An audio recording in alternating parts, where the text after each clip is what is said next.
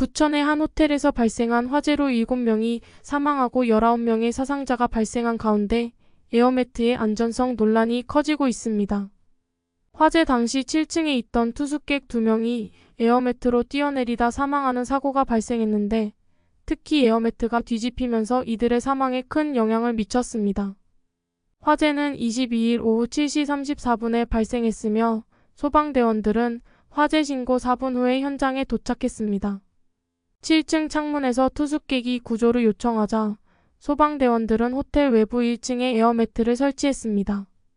그러나 투숙객 중 한 명이 에어매트 가장자리로 떨어지면서 에어매트가 뒤집혔고 이어 뛰어내린 다른 투숙객은 매트가 없는 바닥으로 추락해 심정지 상태로 병원에 이송되었으나 끝내 사망했습니다. 전문가들은 에어매트가 뒤집히는 경우가 매우 드물다고 설명했습니다.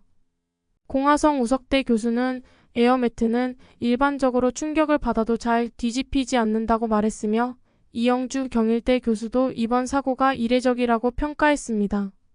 그러나 에어매트가 설치된 주차장 바닥이 경사진 상태였고 투숙객이 가장자리로 떨어진 것이 에어매트가 뒤집힌 원인일 가능성이 제기되었습니다. 이에 소방당국은 전문가의 자문을 받아 사고 원인을 분석할 계획입니다.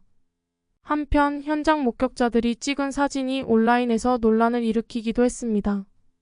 사진에는 119부천 소방서라는 글씨가 거꾸로 뒤집혀 있어 처음부터 에어매트가 잘못 설치된 것이 아니냐는 의혹이 제기됐으나 이는 추락 후 뒤집힌 사진으로 확인되었습니다.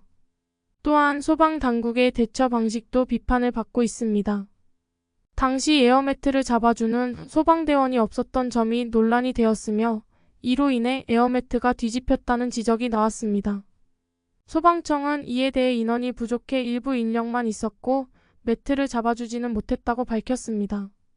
그러나 전문가들은 소방대원이 매트를 잡다가 낙하하는 사람과 부딪힐 경우 소방대원의 안전이 위협받을 수 있다고 경고하며 이를 고정하는 방안을 찾아야 한다고 조언했습니다.